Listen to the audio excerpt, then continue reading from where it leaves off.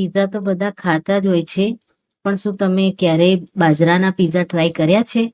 આ હેલ્ધી પણ છે અને એટલો ટેસ્ટી છે કે નોર્મલ પીઝા પણ ભૂલાઈ જાય અને પચવામાં પણ એકદમ સહેલા છે, જે તમે નાના બાળકને જ્યારે પણ મન થાય ત્યારે બનાવી અને આપી શકો છો. તો મિત્રો, આ રેસીપી જોવા માટે છેક સુધી મારા વિડીયોમાં જોડાયેલા રહેજો. નમસ્તે મિત્રો, સ્વાગત છે તમારું મારા આજના નવા વિડીયોમાં. મિત્રો, આજે આપણે બનાવીશું બાજરીના લોટના પીઝા. તો એના માટે આપણે બાજરીનો લોટ લીધો છે. એને સૌથી પહેલા તો આપણે એક વાસણમાં લઈ લઈશું. થોડું આપણે એને ચાળી લઈશું, જેથી એમાં કોઈ પણ કચરો હોય તો નીકળી જાય. મિત્રો, લોટને આપણે ચાળી લીધો છે. એમાં આપણે થોડું મીઠું એડ કરી દઈશું લોટના ભાગમાં. હવે સહેજ આપણે હુંફાળું પાણી ગરમ કરી અને હુંફાળા પાણીથી જ આપણે લોટને થોડો બાંધીશું. તો લોટ થોડો એકદમ થોડો ચીકણો થશે અને રોટલો વણવામાં પણ ઇઝી રહેશે. થોડું આપણે ગરમ પાણી એડ કરીશું.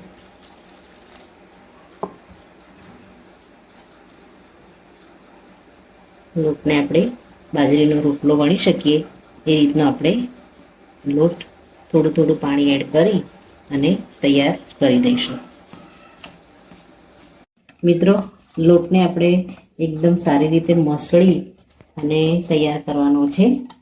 તો લોટ આપણો સરસ એવો રેડી થઈ ગયો છે. હવે આમાંથી આપણે રોટલો બનાવી દઈશું.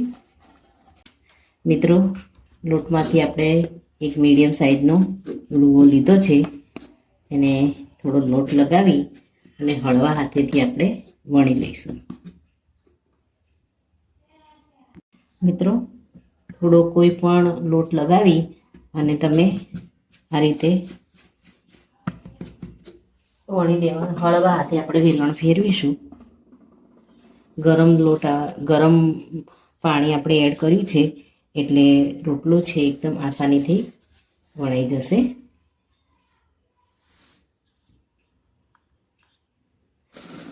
થોડો આપણે રોટલો જાડો જ રાખીશું.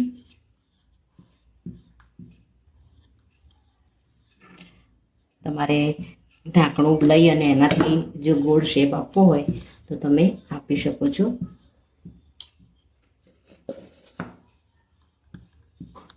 મિત્રો, આપણે ગેસ ઉપર તવી મૂકી દીધી છે. આપણે એમાં રોટલાને શેકી લેવાનો છે. આપણે ગેસને એકદમ મીડિયમ રાખીશું અને ધીમા તાપે થોડું ક્રિસ્પી થાય એ રીતે આપણે રોટલાને શેકીશું. કિનારી વધારે ફાટી નથી, એટલે આપણે કોઈ ઢાંકણાથી કે એનાથી કંઈ શેપ આપતા નથી. જો કિનારી વધારે ફાટે તો તમારે એકદમ રાઉન્ડમાં શેપ આપવો હોય તો ઢાંકણાનો ઉપયોગ કરી લેવાનો. તો રોટલો સરસ મજાનો ગોળ થઈ ગયો છે અને ધીમા તાપે લોટી પણ ગરમ થઈ ગઈ છે. આપણે રોટલાને શેકાવા મૂકીશું. મિત્રો, આપણે નીચે થોડું તેલ લગાવી દીધું છે, જેથી રોટલો છે નીચે ચોંટે નહીં અને ધીમા તાપે આપણે નીચે થવા દઈશું. નીચે થોડો શેકાય પછી આપણે એને પલટાવીશું. મિત્રો, ઉપરની સાઈડ રોટલો ફાટે નહીં એના માટે, સુકાય નહીં એના માટે આપણે થોડું પાણીવાળો હાથ કરી અને આ રીતે ફેરવીશું, જેથી ઉપરથી સુકાઈએ ના જાય અને ફાટે પણ નહીં. થોડું નીચેની સાઈડ ધીમા તાપે થાય એટલે આપણે પલટાવી દઈશું. મિત્રો, નીચેથી સરસ એવો શેકાઈ ગયો છે. આપણે આને પલટાવી દઈશું. સરસ મજાનો ક્રિસ્પી શેકાઈ ગયો છે. નીચેની સાઈડ પણ આપણે આ રીતે જ શેકાવા દઈશું ધીમા તાપે અને થોડું આ રીતે ચલાવતા રહીશું. મિત્રો, નીચેથી પણ સરસ એવો ધીમા તાપે શેકાઈ ગયો છે રોટલો. હવે આને આપણે નીચે લઈ લઈશું. મિત્રો, રોટલાને આપણે આ રીતે લઈ લઈશું. એના પર આપણે ચટણી લગાવીશું. તો આપણે શેઝવાન સોસ પહેલાં તો લગાવી દઈશું.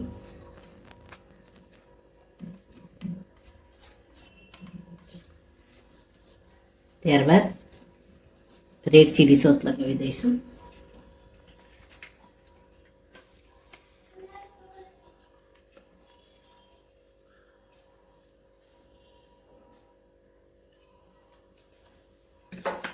ત્યારબાદ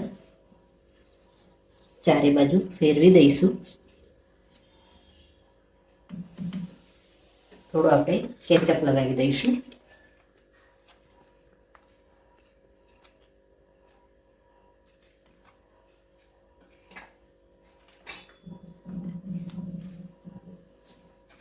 હવે આપણે થોડા વેજીટેબલ્સને કટ કરીને રાખ્યા છે એને આપણે આની ઉપર લગાવી દઈશું. તો સૌથી પહેલાં આપણે બોઇલ કરેલી મકાઈને થોડી પાથરી દઈશું આના ઉપર.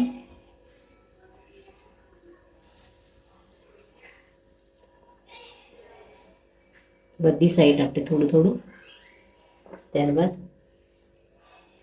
કેપ્સિકમ આપણે કટિંગ કરીને લીધા છે એને આપણે આની અંદર એડ કરી દઈશું. લાંબી સ્લાઇસમાં જ કટ કર્યા છે. ટામેટાં લઈશું, એને પણ એડ કરી દઈશું આમાં. એને પણ આપણે લંબાઈમાં જ કટ કરીને લીધા છે. આ રીતે તમને જે પણ વેજીટેબલ ભાવતા હોય એનો તમે આમાં ઉપયોગ કરી શકો છો.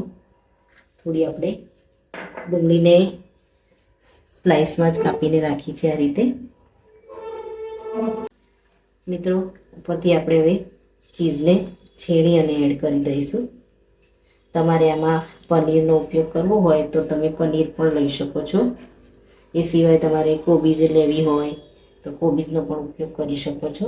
વેજીટેબલમાં તમને કેપ્સિકમ વધારે ભાવતા હોય તો કેપ્સિકમ તમે વધારે લઈ શકો છો.